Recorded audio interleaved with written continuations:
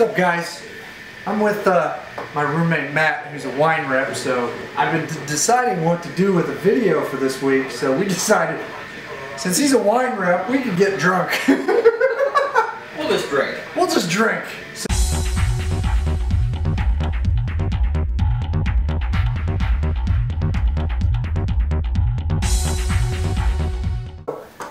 Hello, audience. I'm with Matt Blair, and he is a wine rep for what's your company? Oh, Wine Warehouse. Wine Warehouse. And how long have you been doing Wine Warehouse? Well, Wine Warehouse has been doing me about 9 years now. Sorry, just kidding.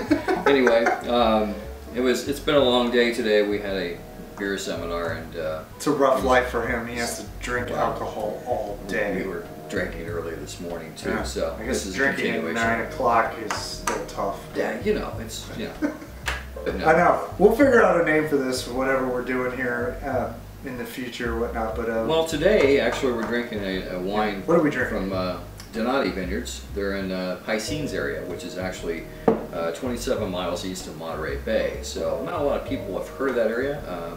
There's a lot of great wineries and wines that come from the region there. But this is a claret, which is a blend of Syrah, Cabernet, Merlot, and Cabernet Franc. And what's your take on it? Do you like it, sir? I mean, my first take was I thought it was a little bitter at first, but then again, I don't have like the palate like you do, so it's and again, we're gonna taste it. Yeah. You know, we'd already opened the bottle of wine, and we poured it in the glass, and using the proper wine glass is always. Are we using the proper ones? We are using okay. the proper one. This okay. is a Cabernet glass from Riedel, and it does enhance the wine quite considerably. You know, a lot of restaurants that you go to, you'll find that they serve it in probably a small glass, or they have a one-size-fits-all, which doesn't work because, as George Riedel will tell you, that he makes the proper instrument for each wine. And it does make a difference. Can you tell he knows what he's talking about? I don't. I'm like what every I've been up normal. since 5 a.m. So I'm like what every normal California guy is. They just like it if it tastes good or not. But exactly. if you're a connoisseur like Matt, well, that's so it's like a yin and yang thing here. So right. It's like if I like it, great, go ahead try it. But if you're a big connoisseur and Matt likes it, I would definitely go off. Well, with here's his the thing. So. You know, we just you find what works for you. You find the wines that you like, and don't be afraid to try anything. And that's what's great about going to wine tastings and wine events. Yeah. Right? This is a great wine. It's got a lot of good balance, a lot of good fruit. Probably be good drinking for the next 3 or 4 years. And now, what do you mean by that? well, most wines in California are meant to be consumed right away, which means that they're not particularly ageable. I mean, they're ageable wines. I think for most of the alcoholics out there that you know they can't hold it on for 3 or 4 years. Sure, anyway. it's not like a French wine that you're going to cellar for 30 years and then enjoy it later because the wine matures and gets better with age.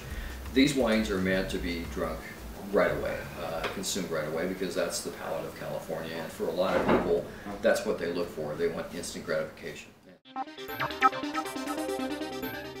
You present it to somebody, or if you're opening it for yourself, you know, make sure that the wine's good. You would pick up the bottle and, you know, maybe take a little sniff to make sure there's no, you know, it doesn't smell like old socks or something, which I mean, it's bad, it's turned. This is not. You pour it in the glass. And you take the glass, and, you know, if you're not really good at swirling first, you can always put it down and swirl the glass. This actually imparts a measure of oxygen to the wine, which opens up the wine to make it a little bit. You're going to smell the fruit, and you're going to be able to pick out the fruit. So do this, and swirl it a little bit. Try a little bit. Swirl the wine. Okay.